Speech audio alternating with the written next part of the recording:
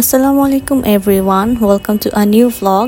আজকের ভ্লগে আমরা আসছি ইফতার করার জন্য বাইরে। সো আপনাদেরকে সেটাই দেখাচ্ছি। আমরা চলে আসছি বারকোডে। আজকে হচ্ছে 28 রোজা। আমরা বারকোডে আসার আগেই হচ্ছে অনলাইনে অ্যাডভান্স করে পেমেন্ট করে রিজার্ভেশন করে রেখেছিলাম।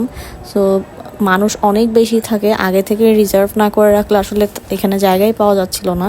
আনিবা হচ্ছে ঘুমিয়ে গিয়েছে আসার সময়। তো আমি আল্লাহ আল্লাহ করছিলাম ও যেন ঘুমিয়ে থাকে, তাহলে হচ্ছে আমরা একটু রিল্যাক্স হয়ে ইফতারটা করতে পারবো। এখানে হচ্ছে প্ল্যাটার ছিল, ওদের সেট মিল ছিল ইফতারের। আমরা হচ্ছে সেট মিল 3 নিয়েছিলাম। অনেকেই দেখলাম সেট মিল 3টা নিয়েছে, কারণ এটাই সবচেয়ে মনে হলো খেয়ে পেট পড়বে এরকম টাইপের। দেন সাথে এক্সট্রা যদি অ্যাড করতে চায় সেটাও করা যেত। সো আমরা একটা এক্সট্রা ক্যাশনাট সালাদ অ্যাড করেছি। সেট মিল 3 এর সাথে আমাদেরকে হচ্ছে মিন্ট লেমন দিয়েছিল। আর এই যে সেট মিল 3-তে যেই জিনিসগুলো ছিল আপনাদেরকে দেখিয়ে দিই। সাথে হচ্ছে আমাদের ক্যাশনাট সালাদও ছিল। আমাদেরকে fried rice, fried chicken, chicken shashlik, chicken vegetable wings, সাথে হচ্ছে ফিরনি দিয়েছিল আর খেজুর ছিল, সাথে মিনারেল ওয়াটার ছিল একটা আর মিন্ট লেমন ছিল একটা। সো এগুলো খেয়ে মোটামুটি পেট ভরে যায় মাশাল্লাহ।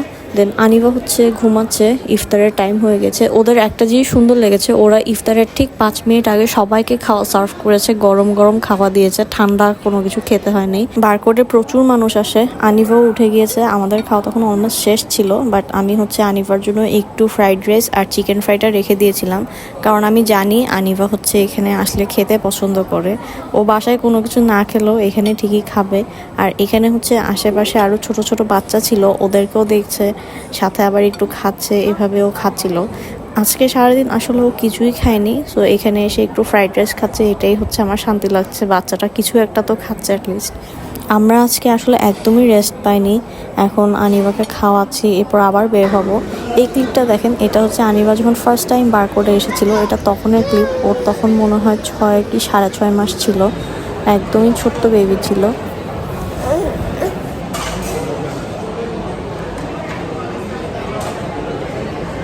এই ক্লিপটা হচ্ছে আমরা যখন লাস্ট শীতকালে এসেছিলাম তখনের একটা ক্লিপ।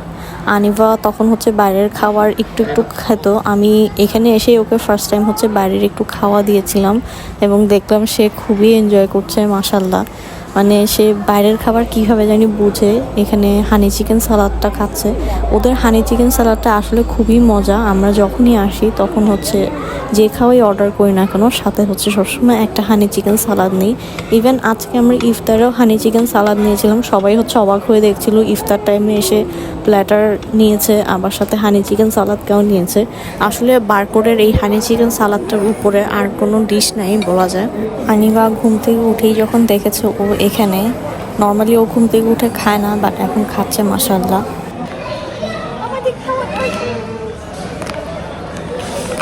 এই প্লেনটা দেখেন কি সুন্দর লাগছে, রাতের অন্ধকারে লাইট দিয়ে সাজানো। এটা আসলে বারকোড রেস্টুরেন্টের ঠিক পাশেই আরেকটা রেস্টুরেন্ট আছে ওদের। আমরা হচ্ছে রেস্টুরেন্ট থেকে বের হয়ে সাথে সাথে গাড়িতে উঠে যাইনি, আমরা একটু হাঁটছিলাম বাইরে, কারণ বাইরে আজকে খুব সুন্দর বাতাস। দেন আমরা হচ্ছে ব্যাক করছি, আমাদের এখন মিমি যেতে হবে।